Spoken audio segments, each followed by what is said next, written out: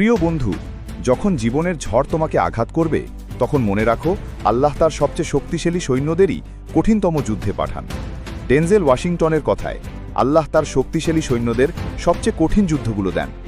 তোমার পথে বাধা আসবে, কষ্ট আসবে, কিন্তু এই কষ্টই তোমাকে গড়ে তুলবে সেই মানুষে যার জন্য তুমি এই পৃথিবীতে এসেছো। এটা কোনো কাকতালীয় ঘটনা নয় যে তুমি এই বার্তাটি পড়ছো। যখন মনে হবে সব কিছু ভেঙে পড়ছে, তখন প্রশ্ন জাগবে, আমি এমন কি করেছি যে এত কষ্ট আমার জীবনে?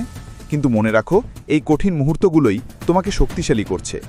আল্লাহ তোমাকে শেখাচ্ছেন কিভাবে অটল থাকতে হয়, কিভাবে জীবনের ঝড়ের মাঝেও টিকে থাকতে হয়।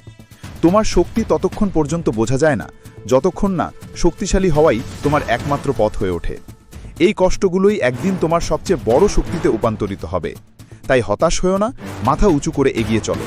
আল্লাহ তোমার সঙ্গে আছেন প্রতিটি পদক্ষেপে। মনে রাখো, তুমি ভাঙার জন্য নয়, বরং অপ্রতিরোধ্য হওয়ার জন্য সৃষ্ট। তাই আল্লাহর উপর ভরসা রাখো, নিজের উপর বিশ্বাস রাখো আর এগিয়ে যাও, কারণ তোমার জন্য অপেক্ষা করছে এক অসাধারণ ভবিষ্যৎ।